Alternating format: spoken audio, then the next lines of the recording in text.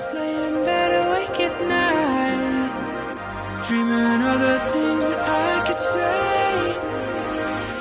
It's too late.